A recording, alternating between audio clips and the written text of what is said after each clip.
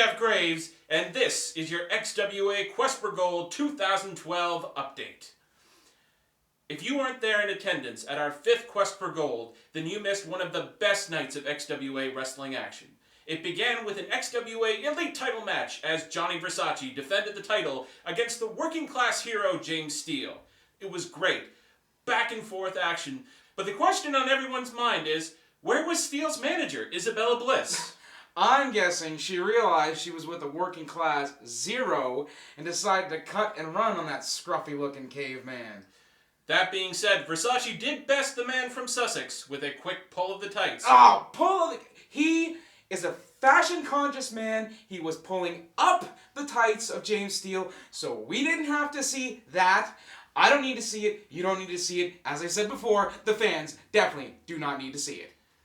The XWA Tag Team titles were up for grabs as the #1 contenders, the R&R Express, took on the Wave Riders.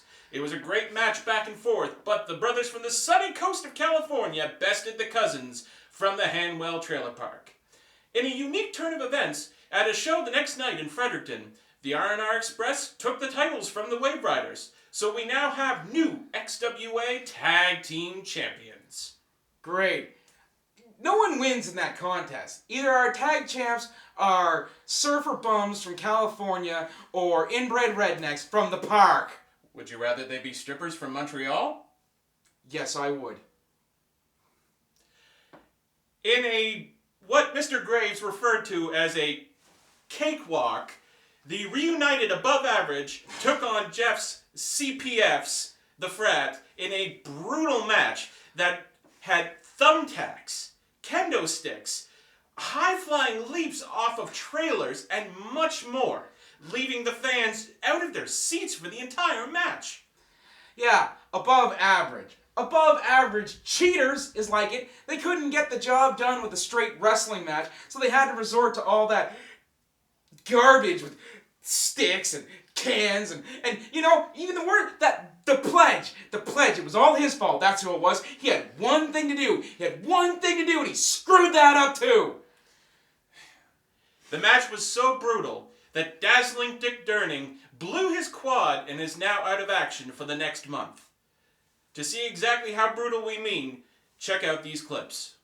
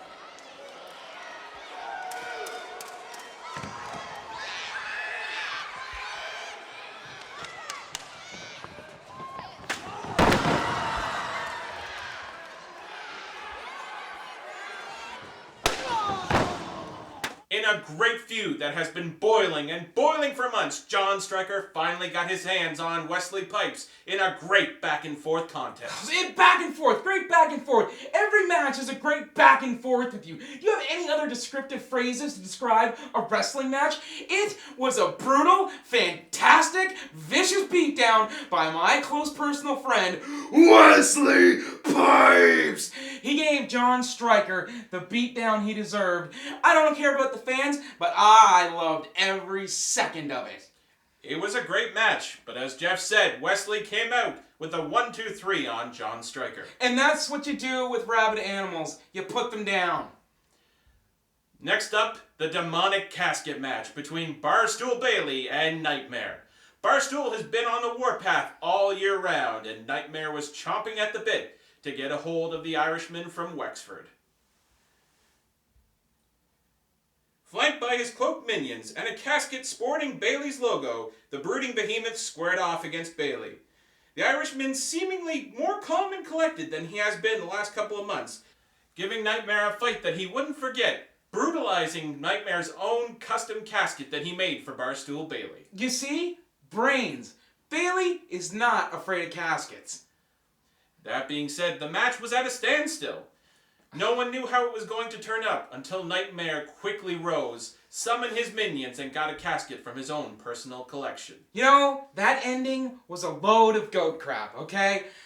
Bailey destroyed the casket, sure, but then he pieced it back together, folded it up around Nightmare, and that should have been a victory for Barstool Bailey. Those refs are clearly on the take. That being said, Nightmare did end up the winner in that casket match. And in our main event in the evening, a main event that Nelson Hum gave us updates on all night, we finally would get to see just would Julius Fantana be there to take on Shahir Razul. Right up until the very last minute, Razul and the Sheik were gloating in the ring, and just as Nelson was about to declare Razul the winner, for the third time Julius Fantana's music hit, he exploded from the entrance with an equalizer in hand. You say equalizer, I say tramposo! This just proves that he's been faking it all along, and you can't trust a guy in a mask. That being said, Razul, much to the chagrin of all the XWA fans, is still our XWA heavyweight champion as he beat the man from Cuba. This leaves everyone wondering, what is it going to take to beat Shahir Razul? I'm guessing something maybe short of a NATO airstrike. The man is intense and talented. And he's got the greatest manager in the XWA behind him, the Sheik. Come see the Fallout live as this month XWA Wrestling presents Aftermath, Saturday, October 6th at the Samuel de Champlain Center. Bell time at 7:30 p.m. Don't you dare miss it.